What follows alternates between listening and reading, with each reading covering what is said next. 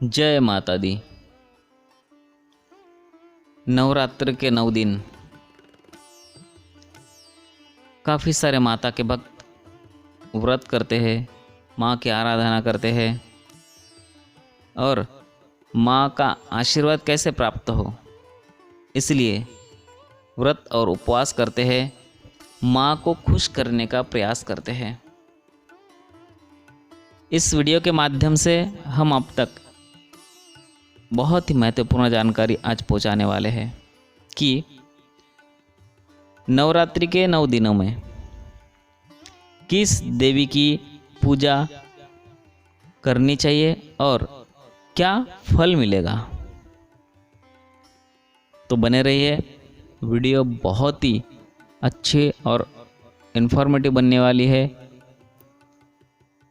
आखिरी तक हमारे साथ बने रहिए और ये अच्छी जानकारी प्राप्त कीजिए। सनातन परंपरा में शक्ति की साधना से जुड़े नवरात्रि महापर्व को बहुत ज़्यादा शुभ और शीघ्र ही फलदायी माना गया है। देवी दुर्गा के 9 स्वरूपों की 9 दिनों तक की जाने वाली पूजा, जप एवं तप से जुड़ा यह पर्व इस साल चैत्र मास के शुक्ल पक्ष की प्रतिपदा तिथि को शुरू होने वाली है। चैत्र नवरात्रि, जिसे बसंत नवरात्रि के नाम से भी जाना जाता है, इसमें शक्ति के किस स्वरूप की पूजा करने पर साधक को किस फल की प्राप्ति होती है, इस वीडियो के माध्यम से ये विस्तार रूप से आप तक पहुँचने का एक छोटा सा प्रयास कर रहे हैं। तो शुरुआत करते हैं। चैत्र नवरात्रि का पहला दिन माँ शैलपुत्री की पूजा, यानी इस दिन घट स्थापना की जाती है। चैत्र मास की नवरात्रि के पहले दिन देवी की पूजा को आरंभ करने के लिए सबसे पहले शुभ मुहूर्त पूरे विधि विधान से घट स्थापना की जाती है। इसके बाद इस दिन शक्ति के पहले स्वरूप यानी माँ शैलपुत्री की पूजा की जाती है। माता शैलपुत्री, जिनके माथे पर अर्धचंद्र सुशोभित है, उनकी पूजा करने पर व्यक्ति की कुंडली का चंद्र दोष दूर होता है और तन और मन दोनों का सुख प्राप्त होता है। चैत्र नवरात्रि का दूसरा दिन, इस दिन करते हैं माँ ब्रह्मचारिणी की पूजा। चैत्र नवरात्रि के दूसरे दिन शक्ति के दूसरे स्वरूप यानी माँ चंद्र ब्रह्मचारिणी की पूजा का विधान है। ज्योतिष के अनुसार माता के इस पावन स्वरूप का संबंध मंगल ग्रह से होता है। ऐसे में जिन लोगों की कुंडली में मंगल दोष है और उसके चलते उन्हें जीवन में तमाम तरह की परेशानियां झेलनी पड़ रही है, उसे दूर करने के लिए उन्हें माता के इस स्वरूप की विशेष पूजा करनी चाहिए। माता के इस पावन स्वरूप से उनके जीवन में सदाचार, संयम, त्याग आदि गुणों की वृद्धि होती है। चैत्र नवरात्रि का तीसरा दिन माँ चंद्रघंटा की पूजा की जाती है। इस दिन शक्ति के तीसरे स्वरूप यानी माँ चंद्रघंटा की साधना करने पर व्यक्ति की कुंडली में शुक्र ग्रह से जुड़े दोष दूर होते हैं और उसे माता की कृपा से सभी प्रकार के सुख और समृद्धि की प्राप्ति होती है। मान्यता है कि माँ चंद्रघंटा की साधना से व्यक्ति के जीवन से जुड़े सारे दोष एवं पाप दूर हो जाते हैं। चैत्र नवरात्रि का चौथा दिन। इस दिन माँ कुष्मांडा की पूजा की जाती है।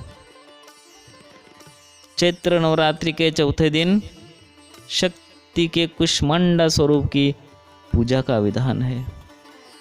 ज्योतिष के अनुसार माँ कुष्मांडा का संबंध प्रत्यक्ष देवता माने जाने वाले सूर्य से होता है।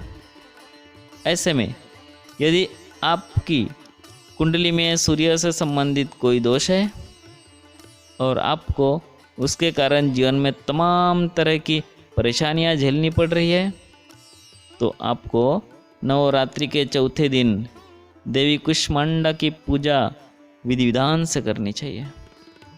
माता के इस स्वरूप की पूजा करने पर व्यक्ति के जीवन से सभी प्रकार के शत्रुओं का नाश होता है और उसके यश में वृद्धि होती है।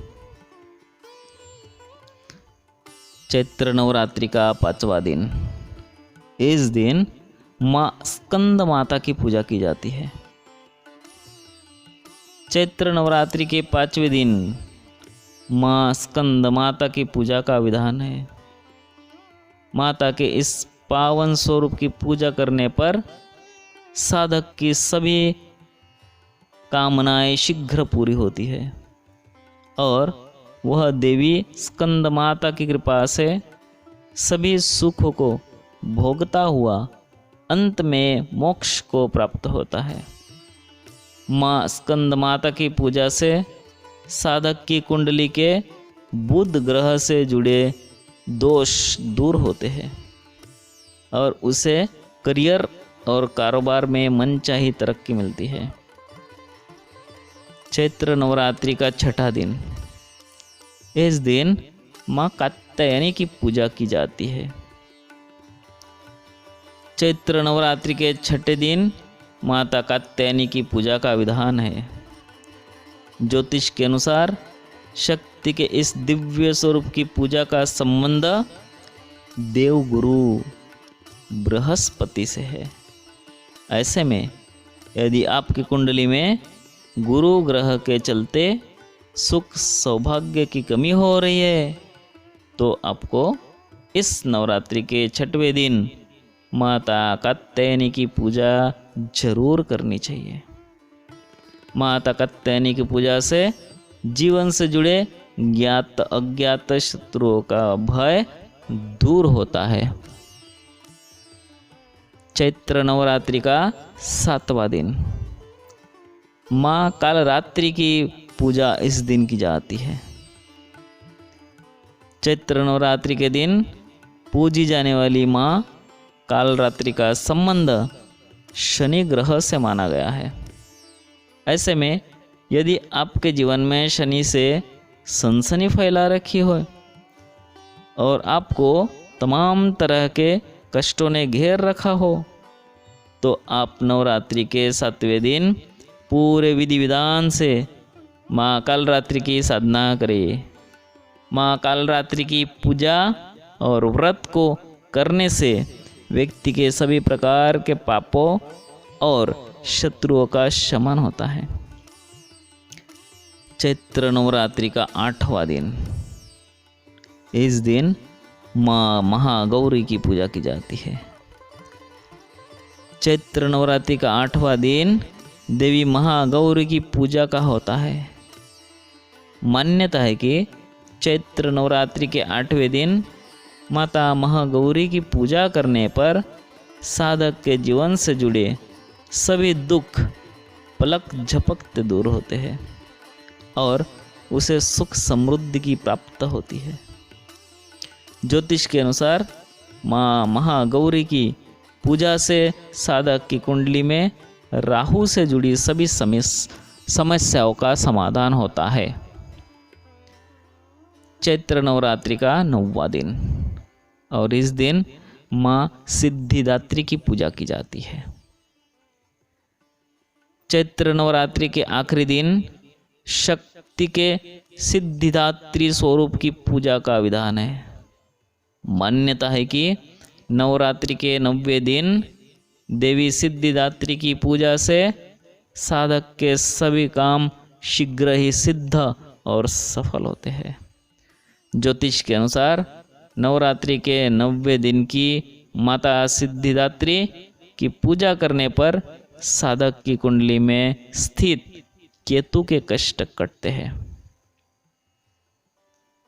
तो इस तरह 9 दिन और 9 स्वरूप की पूजा कैसे की जाती है और करने से क्या फल प्राप्त होता है, इसके बारे में बहुत ही महत्वपूर्ण जानकारी इस वीडियो के माध्यम से हम आप तक पहुंचाने का प्रयास किया है।